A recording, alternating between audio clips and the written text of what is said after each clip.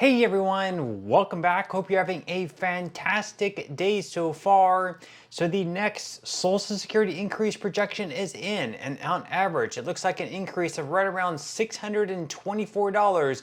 In today's video, we are going to be breaking down everything that you need to know. But before we go ahead and dive into for today, if you would like to explore potential huge savings on your Medicare plan, then you might want to consider giving Chapter a call today with that number up there on the screen. You see, historically speaking, people who have worked with Chapter have saved right around $1,100 on average. So what do you have to lose? Give Chapter a call today. The call is completely free with that number up there on the screen. That number is 612-895-2101. That is 612-895-2101. And again, on average, people who have worked with Chapter have saved right around $1,100. Again, the call is completely free. And thank you to Chapter for sponsoring today's video.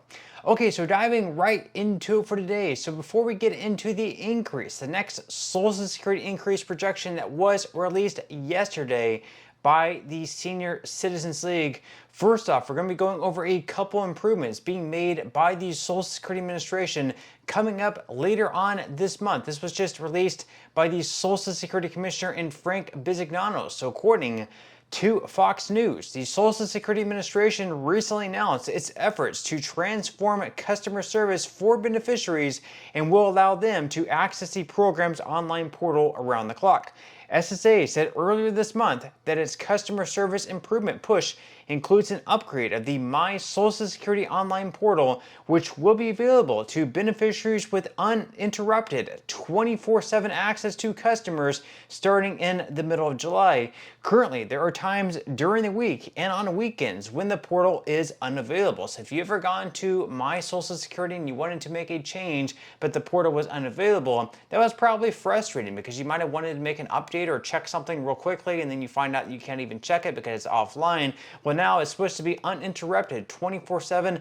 Hopefully they're able to, make this happen smoothly without any issues moving forward. So they go on here to say that beneficiaries can set up or change their direct deposit account, get tax forms related to their Social Security benefits, print benefit verification letters, and change the address associated with their SSA account. And non-beneficiaries can also use the My Social Security portal to get personalized estimates of their or their spouse's Social Security benefits. They may also check the status of their application, access their Social Security statement, and if needed, get proof that they're not currently receiving benefits. Additionally, SSA's announcement noted that the agency has upgraded the phone technology at 70% of its field offices around the country, reduced the answering speed on the agency's 800 number by 35% compared with the same time 1 year ago, and also optimized the 800 number to handle 90% of calls with self-service or convenient callbacks to reduce hold times. And finally, it also implemented a new service model at SSA field offices to cut wait times by 10% for all customers compared to a year ago. So even though they have slashed numerous staff, I believe they cut right around 7,500 employees or something like that, you would think that would actually hurt wait times, but these improvements, I guess, supposedly have cut down on the hold times of people trying to call into SSA. Of course, that is a positive thing. Now, also, yesterday, we had a new projection for the upcoming Social Security increase. This is something that happens every single year, guaranteed most years anyways. Of course, there have been a year or two here and there where there has been no increase at all. But this is called the COLA for short, or the cost of living adjustment. It was something signed into law, something that would make a guaranteed increase. This way, Social Security benefits keep up with inflation, or at least try to keep up with inflation. They use a metric called the CPIW, or the Consumer Price Index for urban wage earners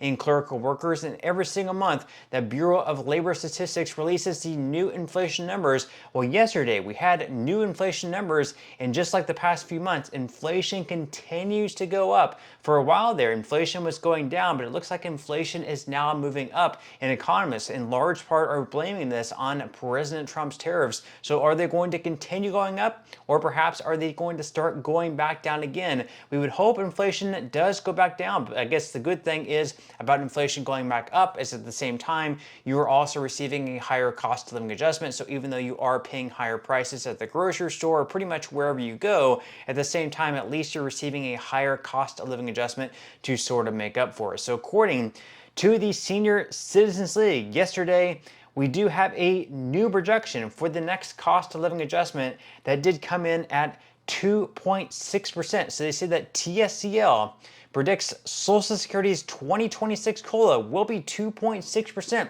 up from last month's prediction of 2.5%. The TSCL model's prediction has increased for 5 consecutive months amid mounting inflationary pressure. So you can see up on the screen the projection for April of this year in 2025 was 2.4%. Then the following month in May came in at 2.5%, 0.1% higher. And then finally, this month's projection, June, because we're 1 month delayed. So in July, we're going to receive the June report. In August, we're going to receive the July report, and so on and so forth. So the most recent projection, 2.6%. So you can see over the last 3 months, it has risen each and every month. It's gone from 2.4% up to 2.5%, and then finally this month up to 2.6%. Are we going to see this trend continue where it continues to rise each and every month up to the final month when we receive the official cost of living adjustment in October, in the middle of October? If we continue to receive, another 0.1 percentage point increase, we're going to end up with a cost of living adjustment of right around 2.9%. At this point, the lowest we're really going to get is like 2.4%. So really, it's going to be anywhere between, let's say, 2.4% and maybe as high as 2.8 or 2.9%, depending on how inflation goes. And they also go on here to mention that this comes hot on the heels of Congress passing and President Trump signing the One Big Beautiful Bill. The new law will provide seniors who file their taxes individually and earn less than $75,000 with a $6,000 tax credit, and couples who earn $150,000 with a $12,000 credit. Higher earners will receive reduced tax credits. They go on here to say that, however, the One Big Beautiful Bill does not go far enough when it comes to providing relief for low-income seniors. So Social Security benefits aren't counted as taxable income for about half of beneficiaries, and many seniors' incomes are too low to see any change from a tax break. And this comes as TSCL's research has found that approximately 7.3 million American seniors get by on less than $1,000 per month. So of course, the lowest earners of Social Security, of course, don't pay any taxes at all. So the One Big Beautiful Bill that was passed through Congress and signed by President Trump is not going to help them whatsoever. What can we do to help the lowest income earning people receiving Social Security benefits? Leave your ideas in the comments below. Now, they also mention here, as far as key insights go, they say that as the Big Beautiful Bill passes, inflation continues rising. With only 3 months remaining until the next COLA announcement, TSCL's model predicts that the COLA will be only 0.1 percentage points higher than the 2025 COLA of 2.5%. And they also mention here that low-income seniors need additional relief. So TSCL's 2025 Senior Survey Report found that about 13% of seniors get by on less than $1,000 a month after taxes and deductions, which is less than the cost of a modest apartment in most cities. The research also found that 39% of beneficiaries depend on Social Security for 100% of their income. So again, what can we do to help the lowest earners of Social Security earning or getting by on less than $1,000 per month? That's going to be very, very difficult for them. Now you can see up on the screen here, these numbers are what we're looking at.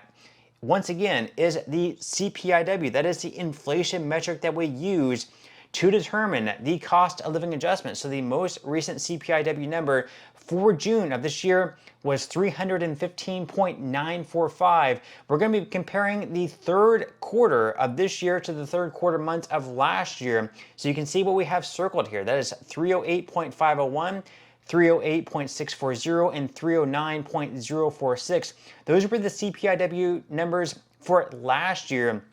For the third quarter months, that's July, August, and September, those are going to be released in August, September, and October. And we're going to be comparing the third quarter months of this year to the third quarter months of last year. And as you can see, we're already at a higher number than we were last year. We're right around 2.4% higher than we were last year. So at the minimum, we're looking at a 2.4% increase. Perhaps at the maximum, we're looking at like 3%. I don't think it'll go as high as 3%. I think it's going to be anywhere probably between, let's say, 2.5 to 2.7%, realistically speaking. But again, each and every month, we are going to be a little bit closer to determining what the next cost of living adjustment is going to be. So if we do end up with a 2.6% cost of living adjustment, as the Senior Citizens League projects, that's going to result in an increase of right around anywhere between $50 to $60 per month, which is going to be anywhere between $600 to $700 per month for the average Social Security beneficiary, who right now is receiving right around $2,000 per month.